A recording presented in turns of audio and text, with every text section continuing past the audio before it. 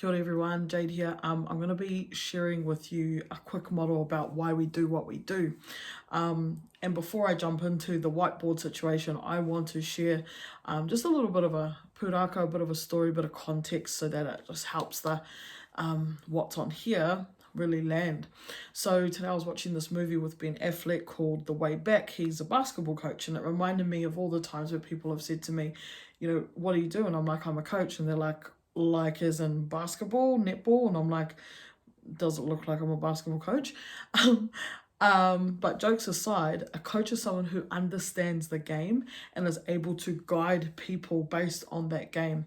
Now, based on their understanding and deep insight into that game. And so as a human behavior coach, and what the game is understanding why we as humans do what we do. And we understand this through, learning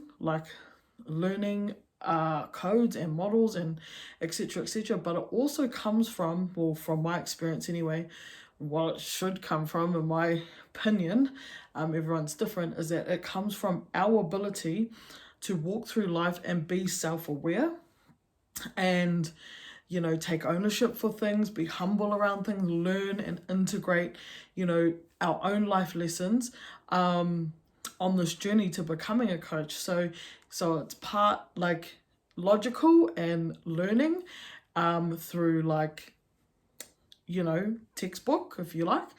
And it's also about walking the path of self-awareness and human behavior and learning through our own developed self-awareness.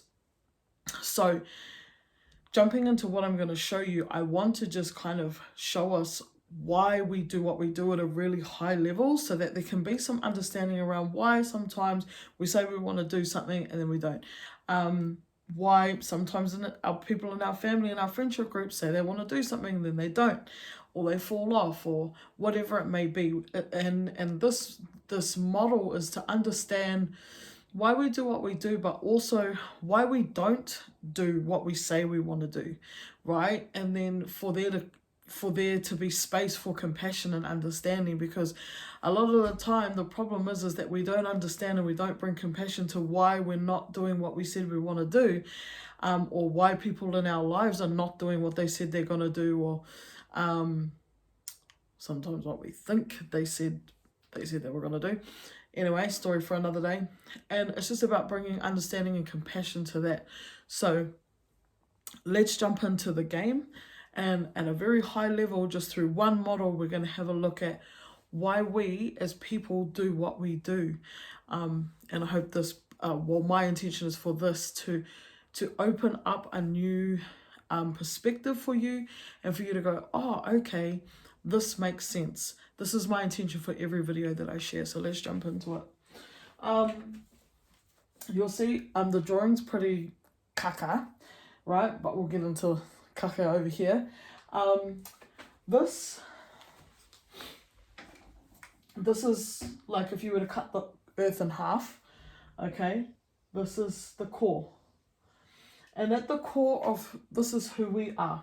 Who we are when we came in, you could say, you know, from 0 to 7. These are actually the developmental years. So at our core, you know, when we came in, we're pure love. Like, we're pure love, like, you know, just think of a baby like delish.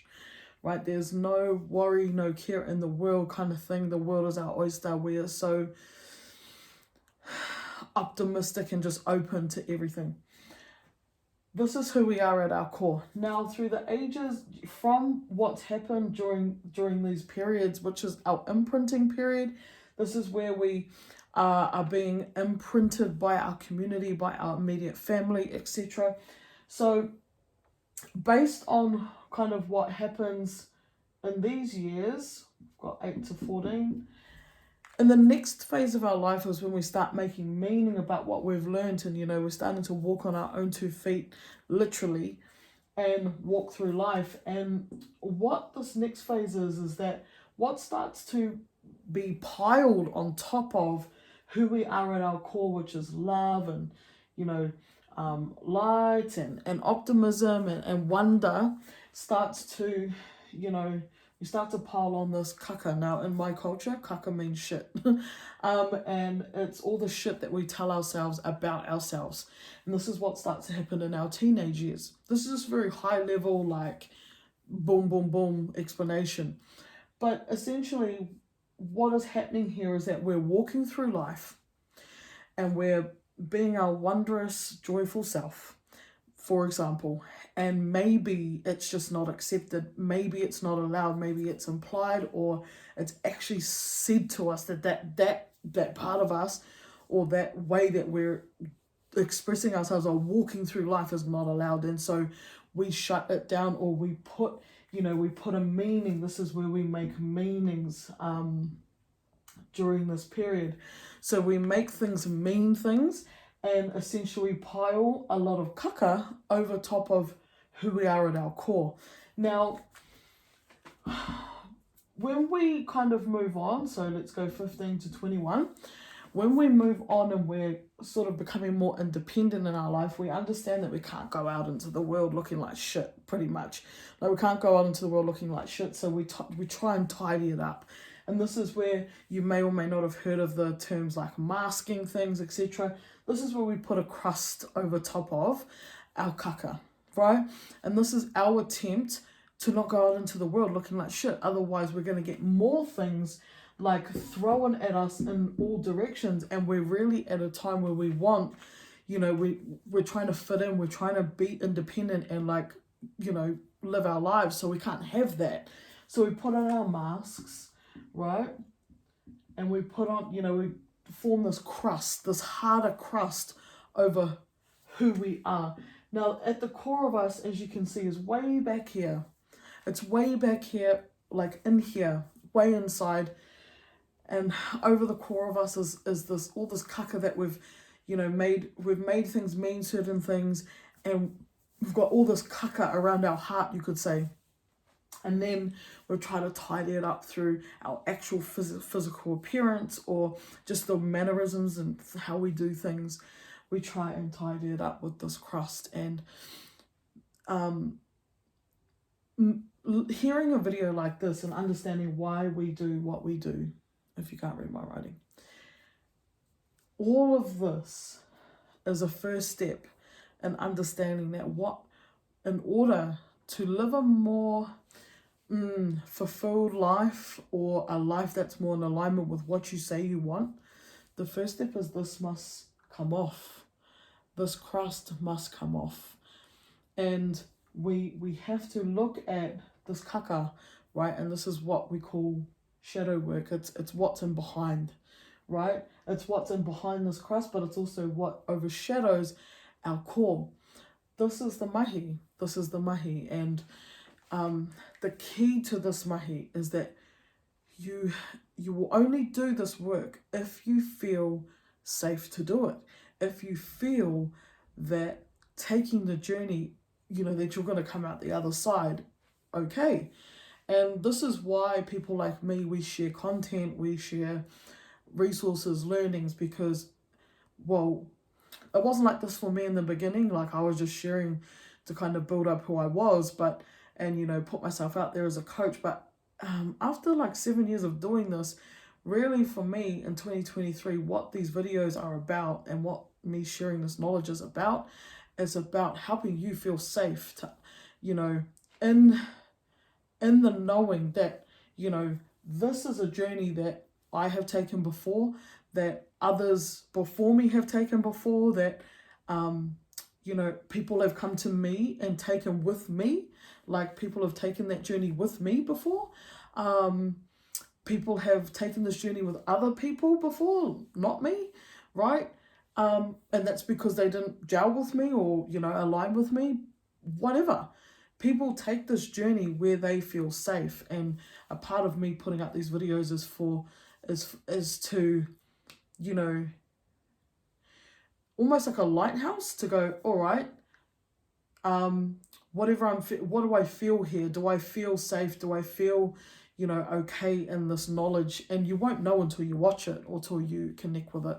So no one takes this journey really, right? Unless they feel safe. Now, the alternative to taking this journey is that there's a lot of like additional crust that's put, you know, let's just say we tell ourselves we want to start a business. And so we put on more, we add more crust over who we are. We add more additional layers to our crust. But fulfillment and true prosperity and living our purpose doesn't include addition. It really is a game about that involves subtraction, and it's the subtraction of this crust and the being okay to be with our kaka, so that we can return to our natural state of who we are at our core and go into the world in our natural expression.